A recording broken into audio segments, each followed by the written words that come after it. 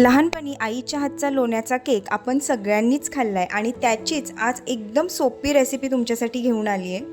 त्याचं असं झालं की उद्या आहे आषाढी एकादशी आणि नेमका त्याच दिवशी आलेला आहे अहोंचा वाढदिवस। आमच्याकडे सगळ्यांनाच बाहेरच्या क्रीम केकपेक्षा घरी बनवलेला हा लोण्याचा केक खूप आवडतो।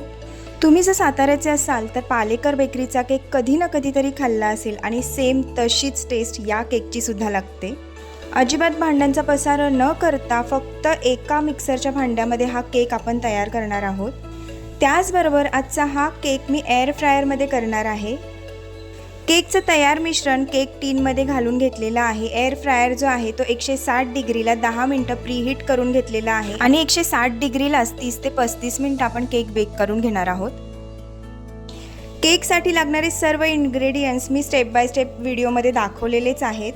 अजून याचा डिटेल व्हिडिओ पाहायचा असेल तर माझ्या यूट्यूब चॅनलला नक्की व्हिजिट करा। केक बेक होतोय तोपर्यंत इकडे आज जो मी हा टॉप घातलेला आहे त्याचा रिव्ह्यू तुमच्याशी शेअर करणार आहे।